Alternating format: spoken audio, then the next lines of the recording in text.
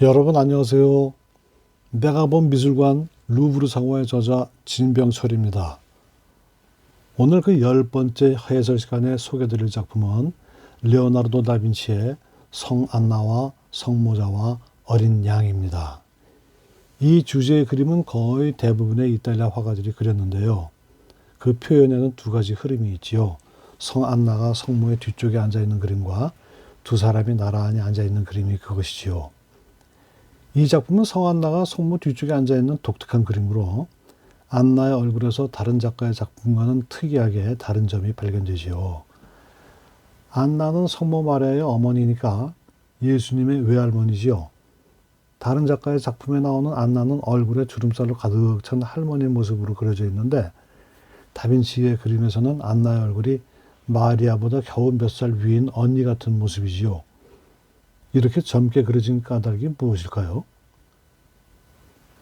다빈치는 공증인인 세르 피에로의 서자로 태어났고 그의 어머니는 농사꾼의 딸인 까테리나였어요. 갓 태어나서 어머니와 함께 지내던 다빈치는 어린 나이에 아버지의 집으로 들어가는데요.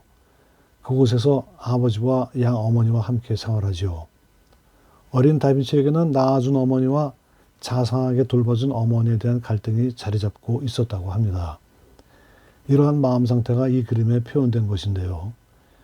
자신은 어린 예수로, 성모 마리아는 키워준 어머니로, 낳아준 어머니는 안나로 비유해서 이 그림을 그렸다고 하네요.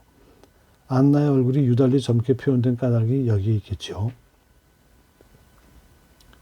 다빈치가 동성애자였다는 사실은 몇몇 기록에서 보이는데요.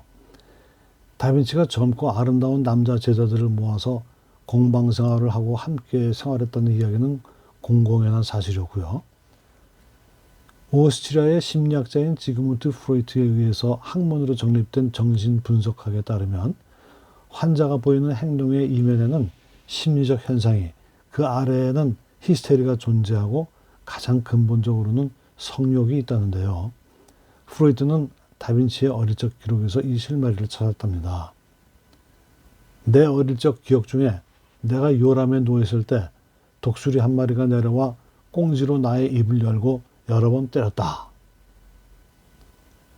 프로이드는 이러한 다빈치의 기억 속에서 독수리와 꽁지를 레오나르도의 성 정체성을 풀 수 있는 중요한 개념으로 인식하고 해석하고자 했는데요. 독수리는 다빈치의 노트에서 가장 빈번하게 인용된 새고 따라서 새가 어떻게 나는가를 연구하기 가장 좋은 수단이었지요. 이집트에서 독수리 머리를 하고 있는 무트 여신은 남성과 여성의 상징을 동시에 가지고 있는 대모신이지요. 프로이드는 이집트 신화와 관련해서 독수리가 모성을 갖고 있다고 확신했고 독수리가 다빈치의 어머니로 변환되었음을 설명했지요. 다빈치는 태어나자마자 아버지와 떨어져 살았고 어머니와 함께 살다가 4, 5세경에 다시 아버지에게 맡겨졌는데 아버지의 부재는 다빈치의 동성애적 발달 과정에 중대한 요소로 작용했다는 것이죠. 프로이드에 따르면 아버지가 부재한 남자아이는 그의 어머니와 자신을 동일시하는 경향이 강화되는데 아이는 어머니를 모방해서 사랑의 대상을 선택할 때 남자를 선택하게 된다는 것이죠. 아버지가 부재한 상태에서 다빈치는 그의 어머니와 자신을 동일시함으로써 남자를 사랑하고 사랑받기를 원했을 것이며 프로이드는 이러한 의식이 다빈치가 성인이 된 후까지 영향을 미쳤으리라 추측했답니다. 프로이드의 설명을 듣고 난 후 성안나와 성모자를 보면 성안나와 성모가 젊은 여성으로 재현된 이유를 수긍할 수 있고 또한 성모 마리아가 두른 푸른 천은 이제 다빈치 어릴 적 기억의 독수리와 꽁지로 보일 수 있지요. 즉 마리아의 오른쪽 허리 부근에서 독수리의 머리와 부리가 시작되고 마리아의 오른쪽 다리와 왼쪽 팔은 날개로 연상되지요. 프로이드 덕분에 성안나와 함께 있는 성모자상이라는 흔치 않은 도상도 해석할 수 있는데 왜냐하면 다 큰딸이 어머니의 무릎에 앉아있는 보기 드문 도상이기 때문이죠. 그리고 눈에 부자연스럽게 보이는 마리아의 푸른 천의 비밀도 풀 수 있고요. 프로이드의 다빈치 연구는 풍부한 문제와 해답을 던져주었고 정신분석학은 그림을 읽을 수 있는 하나의 열쇠를 건네준 셈이지요. 성 안나에 대한 신앙은 성모 신앙에서 파생됐다고 하지요. 보통 사람이었다가 신의 선택을 받아 신의 아들의 어머니가 된 마리아는 예배의 대상이 되었고, 안나도 마리아의 어머니로서 평범한 사람과 다른 존재가 되었지요. 중세의 성모자상은 예배의 대상으로, 마리아는 신의 어머니로 표현되었답니다. 인간적인 것에 중점을 둔 르네상스가 도래하면서 성모자상도 변화를 겪었는데요. 예배의 대상자가 신의 어머니가 아닌 보통의 어머니와 아들로서 인간적인 측면이 강조되게 이르렀고, 이 작품 역시 인간적인 정신을 담고 있으면서 한편 기독교적 정신을 나타내고 있지요. 어린 양에 올라타고 있는 아기 예수의 행동은 십자가 위에서의 순환을 상징하며, 성모 마리아의 빨간색 옷은 신의 어머니로서 애정을, 파란색 옷은 천상의 진리 혹은 여왕을 상징하는데, 이것은 중세 이후 교회상의 약속이었지요. 이 작품에서 비극적인 아기의 운명을 구하고자 성모 마리아는 손을 뻗어 아기를 안으려고 하는데요. 십자가의 비극을 알고 있었기에 마리아의 미소는 슬픔에 가깝지요. 안나는 뒤에서 이러한 장면을 물끄러미 바라보며 잔잔한 미소를 짓고 있지요. 이 작품은 가정적인 분위기지만 분명 교의적 내용을 담고 있지요.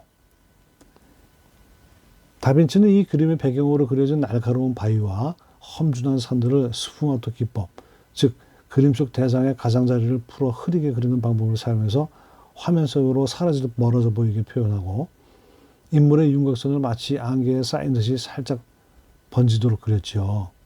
그래서 배경과 인물이 서로 어우러져서 자연스러운 분위기를 만들지요. 구도는 전체적으로 삼각형의 형태를 지녀서 매우 안정적이고요. 안나의 시선과 마리아의 시선, 예수와 어린 양의 시선이 삼각형의 한 편을 이루고, 예수의 왼발, 마리아의 오른발, 안나의 발이 화면에서 삼각형의 밑변을 이뤄서 안정적인 피라미드 구도를 보여주고 있지요. 회화는 모든 과학의 총체로 세상을 알게 하고 세상을 창조하게 한다고 생각한 다빈치는 그러한 신념으로 광범위하게 활동을 했고, 다반면에 걸쳐서 자신의 예술적 재능을 꼽힐 수 있었답니다. 다빈치의 완벽한 회화는 15세기 이탈리아에서 추구된 새로운 기법, 원근법과 명암법 등을 집대성한 데 있지요. 다빈치 작품 중 성안나와 성모자와 어린 양과 모나리자는 신비스러운 미소로 인해서 자주 비교되고 있는데요. 성안나와 성모자와 어린 양은 다빈치의 후기 화풍을 잘 보여준 작품으로, 모나리자와 마찬가지로 밑그림 위에 채색을 통해서 모델의 윤곽을 표현했는데요. 모나리자의 얼굴을 닮은 듯한 안나는 상냥하고 다정한 미소를 짓고 있지요. 서로에게 사랑스러운 눈빛을 나누는 이들의 모습이 돋보이는 작품이랍니다. 레오나르도 다빈치는 지난 시간에도 소개해드렸듯이 이탈리아 토스카나 인근 산골 마을인 다빈치 출신의 석학으로서 화가이자 과학자, 엔지니어, 발명가, 해박자인 동시에 철학자로서 이탈리아 르네상스를 대표하는 인물이지요. 다음 시간에는 안드레아 솔라리오의 녹색 방석의 성모를 가지고 여러분을 찾아뵙겠습니다. 안녕히 계세요.